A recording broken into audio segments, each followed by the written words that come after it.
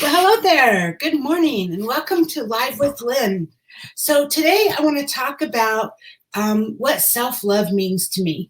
So before we get started, I got my coffee and my mascara. Check it out. And I have my new 2-in-1 lip tattoo in plum today. So I'm all set. I got everything I need, my coffee, my mascara, and my lipstick. So let's talk about what love is to me, what self-love is to me. I had a rough childhood. You guys have heard this. I had a pretty rough childhood. And you know what? I think a lot of us that grew up in the 60s did. Things were just different then. Kids were mean. Kids picked on you. I don't know. Maybe you had a really wonderful childhood, but I was kind of poor. I had an abusive father, all of that. But so self-love is not something that I've come on to easy. And it's also something I haven't really, I don't fully have the full grasp of it yet, but I've come a long ways. And I am happy to say I do love myself.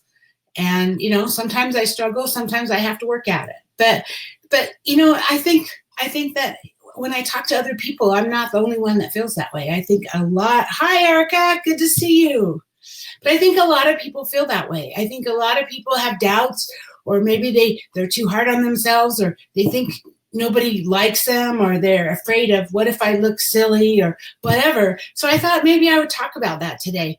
Because like I said, it's been a long journey, but we're all on this journey of growth, right?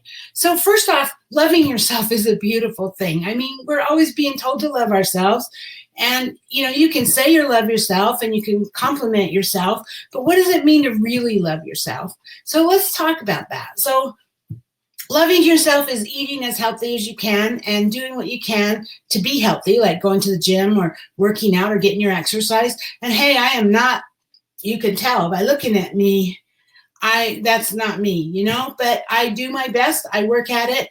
I do try to control what I eat and my exercise. And the key is that if you don't meet your goals for the day, then you don't beat yourself up over it. You just love yourself where you're at and you just work harder later, right? You just keep going back after it. And so it's not beating yourself up when you fall short. And then on the flip side, sometimes you need to spoil yourself with an ice cream sundae or whatever your comfort food of choice is, and that's totally okay as long as you're not doing it every day. Spoil yourself means spoil yourself once in a while, not every day, right? But self-love is working to better yourself, like reading good books and listening to audios that are going to help motivate you and help you become a better person. And what's even more important is they help you see what's going on around you in a different light. They help you reframe what's happening around you, because so often we get wrapped up in ourselves and we think it's all about us. And we might, I don't know, let's just, for example, you're at the grocery store and you talk to the cashier and she's snarly, and she's not very friendly. And you're like going, God, what did I do? But bottom line, you don't know. I mean, maybe she had a rough morning. Maybe she's having a fight with her husband. It could have absolutely nothing to do with you. And so sometimes just reframing it or understanding it in a different light can make all the difference. It's not always about you. And that's the big thing we have to let go, is it's not about us. Most of the time it's not about us. And sometimes now I'm like, well, if it is, it's too bad. Right? I mean, so that's where reading good books and listening to audios and hanging around with people who want to better themselves too.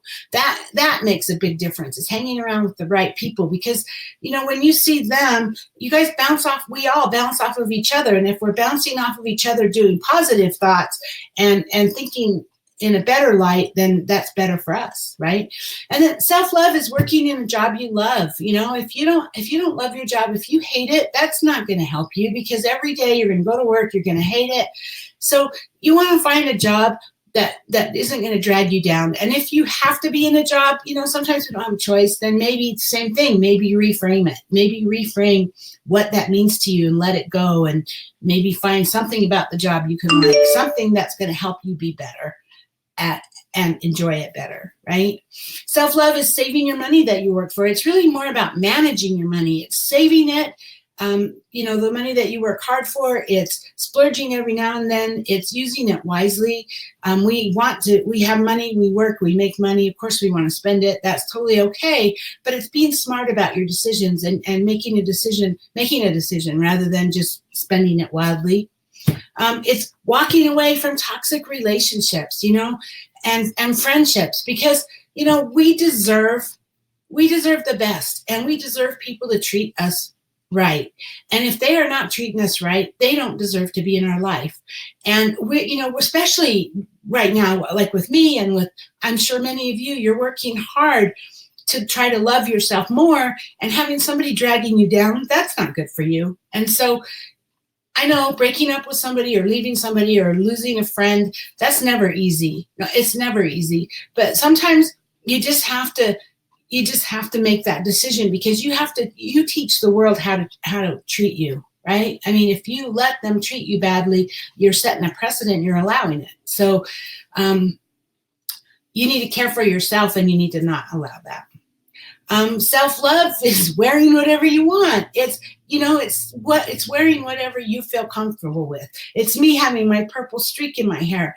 It's me going to a meeting in a t-shirt if that's the way I want to go, because I'm not there to please everybody else. I'm there to please me, and I'm there to learn, and I'm there to participate in whatever I'm there for. There's all different reasons many times, but also I want to be comfortable wearing what I'm wearing, and I am not going to allow myself to worry about what other people think about what I'm wearing, or how I'm dressed, or how my hair is, or whether I have makeup on.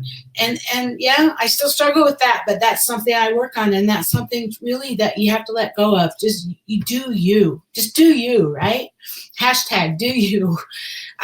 Self-love is accepting the situations as they are. So yeah, positive thinking is great, and I absolutely believe in it, because you attract what you put out there, right? Positive thinking is great, but there's a difference between thinking positively and being delusional. I mean, if things are not good, then you need to make the changes to make them better. You just can't tell yourself that they're good, because that doesn't work either. And that's, the whole law of the universe is you put out what you get back, but you have to put out. You can't, if you're putting out negative energy, or you're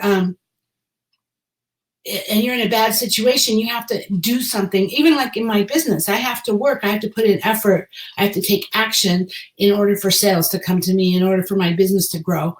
And so it's the same thing. If you're in a bad situation, just thinking that it's not a bad situation isn't going to make it go away. You have to take the action to make the decision to walk away from it, or whatever the appropriate decision is for you, depending on, the circumstances that you're in. And then self-love is living in the present.